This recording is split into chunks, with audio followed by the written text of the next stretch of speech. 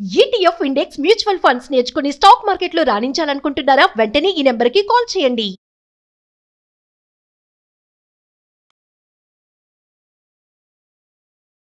తరుణారుణ కరుణామయ విపులాయతనయనం కమలాకుచకలశీభర విపులీకృత పులకం మురళీరవతరళీకృత ముని మానసనళినం మమ ఖేలతి మదచేతసి మధురాధరమమృతం.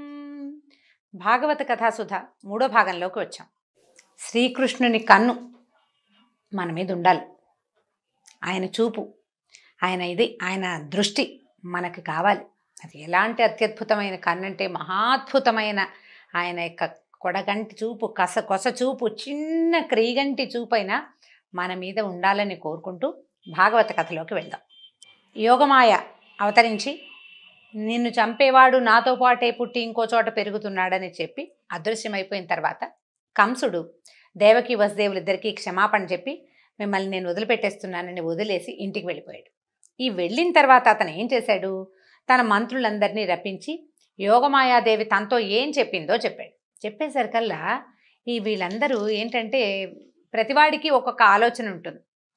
యథా రాజా తథా మంత్రి, చాలా చోట్ల అలాగే ఉంటుంది. వీళ్ళు ఏమనుకున్నారంటే వీళ్ళంత వివేకవంతులు అనటానికి వీల్లేదు. ప్రతి సమస్యకి చంపటమో చావడమో తప్ప వేరే ఉపాయం ఉంటుందని తెలియదు వాళ్ళకి.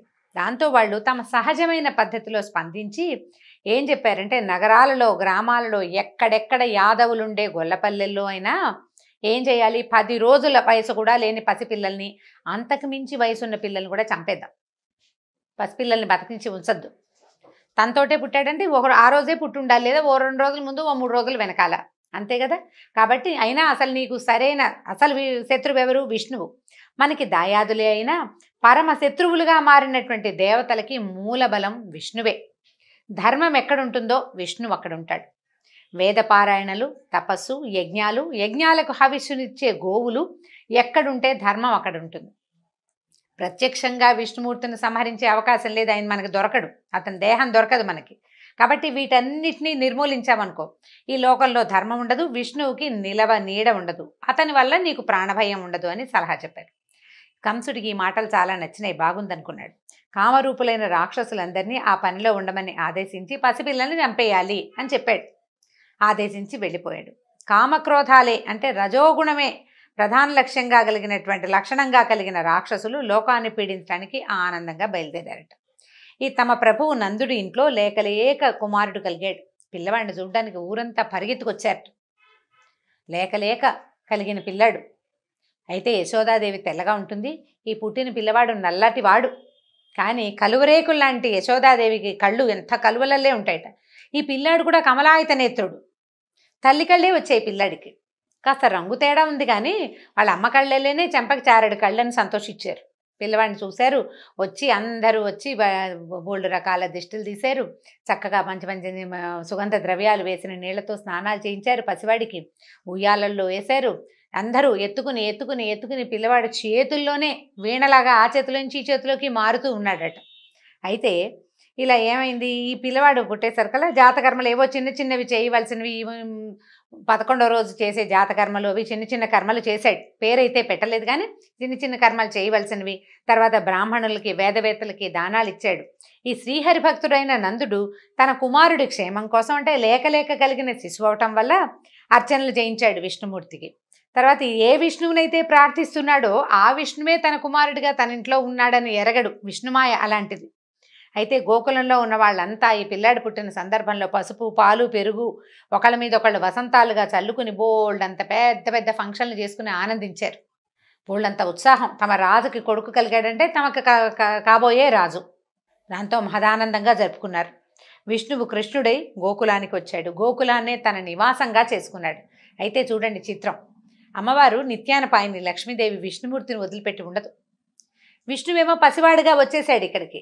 మరి ఇప్పుడు ఆవిడ ఎవరుగా రావాలి? ఆ గోకులంలో గోసంపద వృద్ధైపోయిందట, ధాన్య సంపద వృద్ధైపోయింది, సిరి సంపదలకి నెలవైపోయింది ఆ గోకులం. లక్ష్మీ కళ రాజ్యం వెళ్తోంది అక్కడ. అమ్మవారు ఆ రూపంలో వచ్చి తన భర్తని అనుసరించి ఈ గోకులంలో స్థిరపడిపోయిందట. నందుడు కంసుడికి సామంతరాజు. అతను ఏం చేస్తాడు? ప్రతి 6 నెలలకి 3 నెలలకి కప్పం కట్టే విధానం ఉంటుంది. ఈ రాజుగారికి కప్పం కట్టడానికి మధురకి వెళ్ళాడు. కప్పం కట్టించిన తర్వాత కట్టి తన విడిదికి వచ్చాక ఇతను వచ్చాడని తెలుసుకుని వసుదేవుడు నందుడిని చూడ్డానికి వచ్చాడట. ఎందుకంటే వాళ్ళిద్దరూ చిన్నతనం నుంచి ప్రాణ స్నేహితులు. నందా, నీకు వయసు మీరిపోతుందని, సంతానం కలగలేదని బెంగపెట్టుకున్నావు, ఈ వయసులో నీకు పుత్రుడు కలిగాడు, చాలా సంతోషం అన్నాడు వసుదేవుడు. సరే, నా కుమారుడు తన తల్లి రోహిణితో కలిసి నీ దగ్గరే ఉన్నాడు కదా, అంటే రోహిణి యొక్క గర్భస్థ శిశువు అయిన పిల్లవాడితో ఆవిడ అక్కడ చేరిపోయింది నందగోకులంలో, పిల్లాడు అక్కడే పుట్టాడు రోహిణీదేవికి. నా కొడుకు రోహిణి కులాసగా ఉన్నారా, నా బిడ్డని తన బిడ్డలాగా చూసుకుంటుందా యశోద అని నర్మగర్భంగా అడిగాడు. అడిగితే నందుడు అందరూ క్షేమమేనని, వసుదేవుడికి పుట్టిన సంతానాన్ని ఈ కంసుడు వధించినందుకు చాలా విచారపడుతున్నానని చెప్పాడు. వీళ్ళిద్దరూ మాట్లాడుకుంటుంటే వసుదేవుడికి ఒక ఊహ కలిగింది, అక్కడ ఏదో జరగబోతోందని. ఉన్నట్టుండి ఏమన్నాడంటే, నువ్వు కప్పం కట్టడానికి వచ్చావు, నీ పని అయిపోయింది, తొందరగా వెళ్ళిపో, నీ నందవ్రజంలో చాలా ఉత్పాతాలు జరగబోతున్నాయి, ఏదో ప్రమాదం రాబోతుంది, వెళ్ళిపోమని పంపించేశాడు. నందుడు కూడా భయపడ్డాడు. ఎందుకంటే వసుదేవుడు చాలా గొప్ప చరిత్ర కలిగిన వాడు, ఆనకదుందుబిగా పేరున్నవాడు. ఆయనకి ఏమైనా తడతాయి, ఆయన రాజర్షి, సాత్విక స్వభావుడు, ముందే కొన్ని జరగబోయేవి ఏమైనా తెలుసుకోగలిగిన వాడు. అంచేత ఆయన చెప్పిన మాటకి కంగారు పడి ఈయన శ్రీహరిని ధ్యానిస్తూ నందుడు గోకులానికి వెళ్ళాడు. అయితే ఈ శిశువులని పసిబిడ్డల్ని చంపడానికి అనేక మంది రాక్షసులని, రాక్షస స్త్రీలని కూడా కంసుడు పంపించాడట. ఈ పంపించే వాళ్ళలో పూతన ఒకటి. ఈ పూతన ఏమిటంటే ఆమెకి ఆకాశగమన విద్య ఉంది, కోరిన రూపం ఇచ్ఛారూపధారణ కూడా ఉంది, ఎలా కావాలంటే అట్లా మారుతుంది. ఈ పసిపిల్లల్ని సంహరించడంలో ఆరితేరిపోయింది ఈ అమ్మాయి. ఏమిటంటే ఈవిడ అనేక ప్రాంతాల్లో చేరి ఏం చేస్తుంది, బాలింతరాలుగా నటిస్తుంది. ఏ ఇంటికి వెళ్ళినా ఏ వాకిట్లో ఉన్నా కూర్చుని పిల్లాడికి పాలిస్తానని చంటి పిల్లవాడికి స్తన్యం ఇచ్చి చంపేస్తుంది. ఆమె స్తన్యంలోనే విషం ఉంటుంది, అప్పుడు తల్లి పాలల్లోనే విషం. ఆమె ఆ రకంగా పిల్లల్ని సంహరిస్తూ అంతా తిరుగుతూ ఇక్కడ చేరింది. అయితే ఈ వచ్చిన అమ్మాయి ఎంత పరమాద్భుత సౌందర్యం అట. చేతిలో పద్మం పట్టుకుని సమ్మోహనంగా నవ్వుతూ వస్తే విష్ణుమూర్తిని వెతుకోవడానికి లక్ష్మీదేవి వచ్చిందా అనిపించేంత సమ్మోహనంగా ఉందట. ఎంత కళ్ళగానో ఉంది. ఆమె సౌందర్యానికంటే రాక్షస మాయ వల్ల అందరూ ఆమెకు లోబడిపోయారు. ఎవరింట్లో పసిపిల్లలు ఉన్నారో చూసింది. నందుడి ఇంట్లో కొత్తగా పిల్లవాడు పుట్టాడని తెలుసుకుంది. ఈవిడ చూపులు ప్రసన్నంగా ఉన్నాయి కానీ అన్వేషణగానే ఉంది. పిల్లాడిని వెతుక్కుంటోంది, ఎక్కడున్నారా చంటి పిల్లలు అని. అయితే ఈ లోపలికి నందుడి ఇంటి వైపుకి వెళ్తే ఉయ్యాలలో నిస్సహాయంగా కాళ్ళు చేతులు ఆడిస్తూ పడుకున్న పసిపిల్లవాడు కనపడ్డాడు. రోజుల బిడ్డ, ఎక్కువ వయసు రాలేదు. అక్కడి నుంచి కృష్ణుడు గమనించాడు, ఈ పిల్లవాడు ఇంకా కృష్ణుడిని నామకరణం మనం చేయకూడదు, ఇంకా పేరు పెట్టలేదు అసలు. ఈ ఉయ్యాల్లో పడుకున్న చంటివాడు ఈమెను గమనించాడు. అక్కడి నుంచి కాళ్ళు చేతులు ఆడిస్తున్నాడు, ఆవలిస్తూ కళ్ళు మూసుకున్నాడు. దగ్గరకు వచ్చింది. ఈవిడ వచ్చేసరికల్లా ఈ పిల్లవాడిని ఎత్తుకుంది. మామూలుగా ఈ నందవ్రజంలో వచ్చిన వాళ్ళందరూ ఉయ్యాల్లో ఉన్న పిల్లాడిని ఎత్తుకుని ముద్దులాడడం, మళ్ళీ పిల్లాడిని అక్కడ పడుకోబెట్టడం, లేక కలిగిన రాచకొడుకు, దాంతో అందరూ ముద్దు చేస్తున్నారు. ఈ తల్లిను పెద్దల్లి రోహిణీదేవి ఊరుకున్నారు. ఆవిడ ఒళ్ళో తన కొడుకుని పెట్టుకుని కూర్చుంది. యశోదాదేవి ఏదో అటు ఇటు తిరుగుతోంది. ఈ పిల్లాడిని ఎత్తుకుని ఈ పిల్లవాడిని చూసేసరికల్లా, ఈ దగ్గరికి తీసుకునేసరికల్లా చనుపాలు ఇవ్వబోతోందని గమనించి వీళ్ళు వద్దు, మా పిల్లాడికి నువ్వు పాలు ఇవ్వక్కర్లేదు, మాకు పాలు తక్కువ కాదు అని వీళ్ళు వారించారు తల్లులిద్దరు వద్దని. అయినా పైగా నువ్వు ఎక్కడి నుంచి వచ్చావు, నువ్వు ఏ పక్క నుంచి, ఏ ఊళ్ళో నుంచి మా ఊరు వచ్చావు, మధ్యలో అంతా అడవి కదా అని అడిగే ఊహలు కూడా ఆ దారిలో ఉన్న వాళ్ళకి కానీ, పని వాళ్ళకి కానీ, వీళ్ళకి సహాయంగా ఉండే ఈ గోపస్త్రీలకు కానీ ఎవరికీ తట్టల. మీదే ఊరు, మీ ఆయన ఎవరు, నీకు ఎంతమంది పిల్లలు, ఇలాంటి ప్రశ్నలు మామూలుగా ఊళ్ళల్లో వేస్తారు. కానీ వీళ్ళు ఈ రాక్షసమాయికి లోబడి ఎవ్వరూ ఆమెను ప్రశ్నించలేదు. ఈ చంటి బిడ్డని ఎత్తుకుని ఒళ్ళో వేసుకుంది అమ్మాయి. వీళ్ళు వద్దన్నారు. ఆవిడ ఎట్లా అయిందంటే పరమమూర్ఖుడు కదలకుండా నిద్రపోయే మహాసర్పాన్ని తాడనుకుని ఒళ్ళో పెట్టుకున్నట్టుగా ఆ నిశ్శబ్దంగా పడుకుని కళ్ళు మూసుకుని దొంగ నిద్ర నటిస్తున్న చంటి పిల్లవాడిని, సాధారణ శిశువుని భ్రమపడి ఈ పూతన అనే రాక్షసి ఆ పిల్లవాడిని ఎత్తి ఒళ్ళో పెట్టుకుంది. స్తన్యం పిల్లవాడికి చనుబాలు తాగించడానికి ప్రయత్నం చేసింది. ఎప్పుడైతే అతని నోట్లోకి ఆమె స్థానం వెళ్ళిందో మరుక్షణం కళ్ళు తెరిచేశాడు శిశువు. కళ్ళు తెరవటం ఏమిటి, ఒక్కసారిగా ఒకటే గుక్కతోటి ఆమె ప్రాణాలు కూడా లాగేశాడు పాలతో పాటు. ఈ విషం నిండిన పాలు, విషం ఆయనకేం కొత్త, విషం ఆయనకు కొత్త కాదు. మహాసర్పాలని సైతం సంహరించగలిగిన గరుత్మంతుడి గర్వమణిచి ఆయన మీద కూర్చోగలిగిన వాడు. ఆయనకి ఏ కొత్త లేదు, శిశువుగా ఉన్నా కొత్త కాదు. ఎప్పుడైతే ఈ పిల్లవాడు గట్టిగా గుక్క పాలు పీల్చాడో ఈ పెద్ద కేక పెట్టట, ముంచె విడు అని అరుస్తూ లేచిందట. ఈ లేవడం మహా పెద్ద శరీరం, కొండల్లాంటి స్థనాలతోటి చాలా పెద్ద ఉగ్ర రూపం, మహా పెద్దదైన స్వరూపంతో విరుచుకుని పడిపోయిందట. ఈ వచ్చిన ఉత్పాతానికి వీళ్ళు ఏం చేస్తారంటే ఉయ్యాల ఇంట్లోగా లేదు, కొంచెం సావిట్లోకి ఉంది. ఈవిడ సావిట్లో ఉన్న ఉయ్యాల్లోంచి పిల్లాన్ని తీసుకుని వాకిలి వైపు అరుగు వైపుకి వచ్చింది. ఈ వెనక్కి పడ్డంతో చుట్టుపక్కల ఉన్న చెట్లన్నీ నుగ్గైపోయినాయట, ఇళ్ళు మొదళ్ళు కదిలిపోయినాయి. ఆమె కింద కొన్ని గోశాలలు, అవన్నీ గోవులు లేవు, అన్ని పొద్దున్నే 10 అయ్యేసరికల్లా గోవులన్నీ గడ్డి మేయడానికి బయటికి వెళ్ళిపోతాయి, తిరగడానికి వెళ్ళిపోతాయి కదా. గోశాలలు అవి నుజ్జు అయిపోయినాయి, సమీపంలో ఉన్న 2-3 ఇళ్ళు పడిపోయినాయి. అసలు ఎంత మేర పడిందో ఆమె శరీరం, ఈ పెద్ద మోత, ఈ చెట్లు విరిగిపడిన శబ్దము, దాంతో అందరూ కంగారు పడ్డారు. వీళ్ళకి ఒళ్ళు తెలిసి చూసేసరికల్లా ఒక పెద్ద మహాకాయమైన ఒక స్త్రీ శరీరము, దాని గుండెల మీద చంటి పిల్లాడు కనపడ్డారు వీళ్ళకి. దాంతో కంగారు పడ్డారు, పరిగెత్తి వాళ్ళంతా తెల్లబోయారు. ఇంత శరీరం ఏమిటి, 6 క్రోసుల మేర ఉందట, 6 క్రోసుల మేర ఆమె శరీరం ఉంది. ఈ పెద్ద శరీరము, ఆ పైన అవి అంత ఆ కొండల మధ్య ఒక చంటి పిల్లవాడు తిరుగుతున్నాడు, అటు ఇటు దొరుకుతున్నాడు చంటివాడు. దాంతో కంగారు పడ్డారు. గోపికలు వెంటనే పరిగెత్తుకుంటూ వచ్చి, అంటే ఇంకా పని వాళ్ళు సాయం ఉన్న వాళ్ళంతా పరిగెత్తుకుంటూ వెళ్ళారు. ఆ వక్షం మీద నుంచి పిల్లాన్ని తెచ్చి ఇచ్చారు. అందరూ కలిసి, అమ్మ బాబో ఇంత ఎత్తు నుంచి పడ్డాడు, ఇదేమి రాక్షసి, ఏమిటో అందంగా ఉందనుకున్నావు, ఇది ఇలా అయిపోయింది, ఈ పిల్లాడు ఇట్లా ఎలా బయటికి భయం లేదు. అంత శబ్దం అయితే పిల్లాడు ఉలికిపడి భోరమని ఏడవాలి, క్యారమంటారు పిల్లలు. ఉలికిపాటు లేదు సరికదా, తలకాయ అటు ఇటు తిప్పి చూస్తున్నాడు పిల్లాడు. అమ్మో అనుకున్నారు. అక్కడి నుంచి కింద నుంచి మట్టి తీసి బొట్టు పెట్టారు, పిల్లాడికి బోల్డన్ని దిష్టిలు తీశారు. ఆ శరీరం చూసేసరికల్లా అప్పుడే నందవ్రజానికి వచ్చిన నందుడు ఆశ్చర్యపోయాడు, పల్లె లోపలికి వచ్చాడు. ఈ శరీరం ఏమిటి, నందుడు అక్కడ, ఆయన వసుదేవుడు, అక్కడున్న వాడికి ఈ కథ ఎట్లా తెలిసింది అని ఆశ్చర్యపోయాడు. ఏదో ఉత్పాతం జరగబోతోందని ఆయన ముందే చెప్పాడు, ఇదే కాబోలు అని ఆశ్చర్యపోయారు. అక్కడి నుంచి ఈ పిల్లాడికి ఏవో రక్షాలు కట్టించారు. ఇంత అదురయ్యాడు, అదరలేదు, పిల్లాడు బాగానే ఉన్నాడు. వీళ్ళు బెదిరారు, మిగిలిన వాళ్ళంతాను. ఆయనకేం బెదురు, లోకాలని అదిలించేవాడికి ఏం బెదురు. పిల్లవాడిని తెచ్చుకున్నారు, వీళ్ళేవో రక్షలు అవి ఇవి కట్టారు. ఈ గోకులంలో ఉన్న పురుషులు చాలామంది ఏం చేశారంటే పెద్ద పెద్ద పదునైన గొడ్డళ్లతోటి ఈ రాక్షసి శరీరాన్ని ముక్కలుగా నరికి ఈ పల్లె అవతల పక్కగా పడేసి అంటించారట.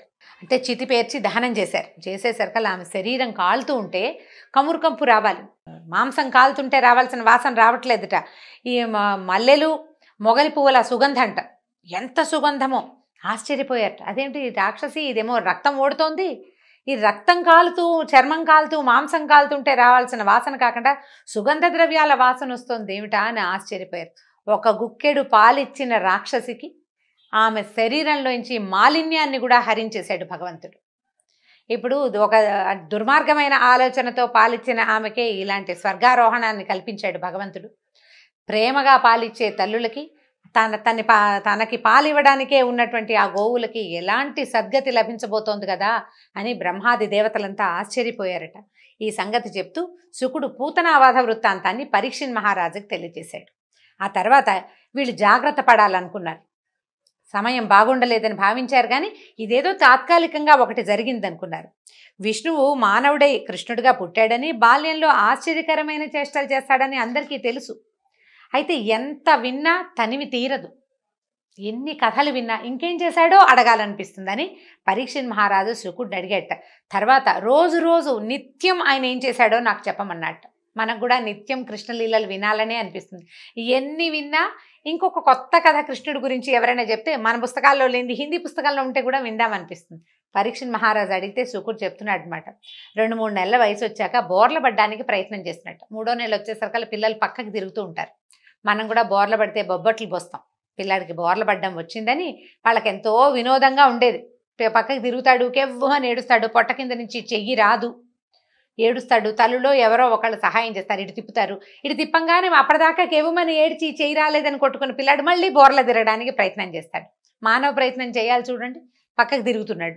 అయితే ఈ బోర్లా పడినప్పుడు చేసే వేడుకని ఔతానిక ఉత్సవం అంటారట. అదే బొబ్బట్లు పోయటం అనమాట.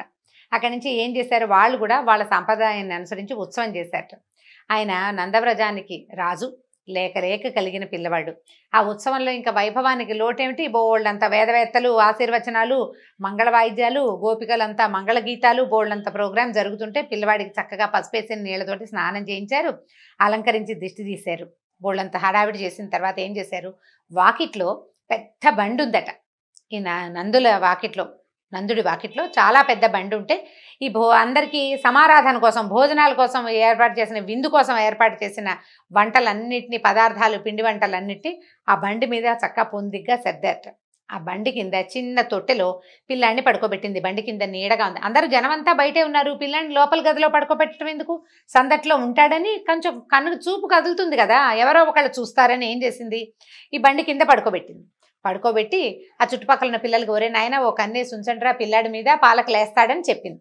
ఈ లోపల ఏం చేసింది, ఆశీర్వదించడానికి వచ్చిన వేదవేత్తలందరికీ సత్కారాలు, వచ్చిన అతిథులకి మర్యాదలు, భోజనాలు, ఈ ఏర్పాట్లలో ఆవిడ హైరానగా తిరుగుతోంది. ఇంతలో పిల్లవాడికి మెలకు వచ్చింది, ఆకలేసింది, ఏడవటం మొదలుపెట్టాడు. ఈ ఆనందాలు కోలాహలాలు అందరూ కబుర్లు చెప్పుకోవటాలు మధ్యలో వేద పనసల్లో గందరగోళంలో పిల్లాడి ఏడుపు ఆవిడికి వినపడలా. ఈ ఏడుస్తూనే ఆ తొట్టెలో మెల్లిగా జరిగేది. జరిగి కాలు కదిపేసరికి బోర్లా పడుతున్నాడని చెప్పాం కదా, కాళ్ళు పైకి ఎత్తుతారు. ఆ ఎత్తేసరికల్లా ఈ బండి కాలికి తగిలింది. ఈ బండిని కాలుతో తన్నాడట చక్రాన్ని.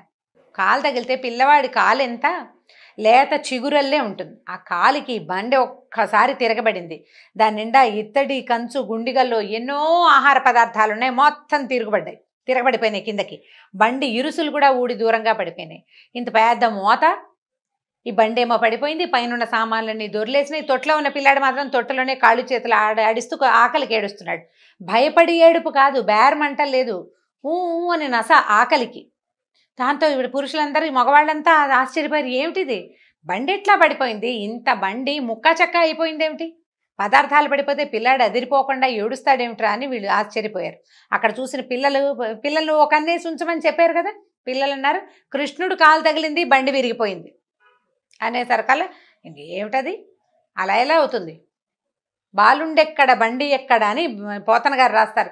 పిల్లాడెక్కడ బండి ఎక్కడ, దాన్ని ఆకాశం మీద పడేంత ఎత్తుగా ఎలా తంతాడు, ఈ మొత్తం పదార్థాలను ఎగిరి కింద పడ్డాయి. వాడు తంతే ఇలా ఎందుకు అవుతుంది, ఏదో జరిగింది అనుకున్నారు. అక్కడి నుంచి ఈవిడేం చేసింది, గబగబా ఏడుస్తున్న పిల్లాడు ఎత్తుకుంది. గాలో ధూళో ఏదో ఏ దుష్టగ్రహ ప్రభావమో ఏదో కారణం అంతేననుకున్నారు. ఈ పిల్లాడికి హోమాలు అవి చేశారు, దుష్టగ్రహ పీడ తొలగించడం కోసం రక్షలు కట్టారు. అందరూ కలిసి బండి సరిగ్గా నిలబెట్టుకున్నారు. మళ్ళీ వంటలు చేసుకుని మళ్ళీ గుండిగలు నింపుకుని తర్వాత శ్రీమన్నారాయణ పూజ ఏదో చేసుకుని భోజనాలు చేశారు. ఇలా అవుతూ ఉండగా ఈ శిశుహంతకి అయినటువంటి మన పూతన ఏమైంది, పూతన కనపట్టలేదు అని ఈ కంసుడి పరివారంలో చర్చకొచ్చింది. వచ్చేసరికల్లా వాళ్ళు ఏం చేశారంటే వాళ్ళల్లో ఒకడిని తృణావర్తుడనే ఒకడిని చెప్పారు, రేపు పూతన ఎక్కడుందో చూడు అని. సరే ఈ తృణావర్తుడు ఏంటంటే వీడు గాలిలాగా తిరుగుతాడనమాట. అంటే గడ్డిపోచల్ని కూడా తిప్పగలడు గాల్లో, అలాంటి వాడు. సరే అతను ఏం చేశాడు, ఈ ఆకాశగమన విద్యతోటి తిరుగుతూ పూతన ఎక్కడుందో చూస్తున్నాడు. ఆ చూడడం కోసం నందవ్రజం మీదగా వెళ్తున్నాడట.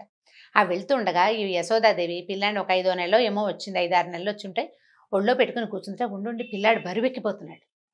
బరువుగా ఉంటే తల్లులకి ఏమనిపిస్తుంది, పిల్లాడు బరువెక్కిపోతున్నాడు అనిపించదు.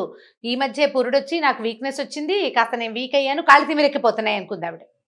నాకు కాళ్ళు తిమిరెక్కిపోతున్నాయి, నేను మొయ్యలేకపోతున్నాను, నాకు ఓపిక తగ్గింది అనుకుంది. కానీ నా పిల్లాడు ఇంత గుండులా బరువెక్కాడని ఏ తల్లి అనుకోదు. ఎంత బొద్దుగా ఉన్నా పిల్లాడు బాగా పాలు తాగడు, సరిగ్గా అన్నం తిండనే చెప్పుకుంటారు, తల్లి సహజమైన లక్షణం. ఏమనుకుంది ఆవిడ, కాళ్ళు తిమిరెక్కుతున్నాయని పిల్లాడిని తీసి పక్కన కూర్చోబెట్టింది. పక్కన కూర్చోబెట్టిన మరుక్షణం మొయ్యలేనంత బరువయ్యాడంటే మోయటానికి తనకి శక్తి లేదని భావించింది తల్లి పాపం. ఆ ఆకాశ మార్గంలో వెళ్తున్న తృణావర్తుడు ఈ నందవ్రజం మీదగా వచ్చాడట.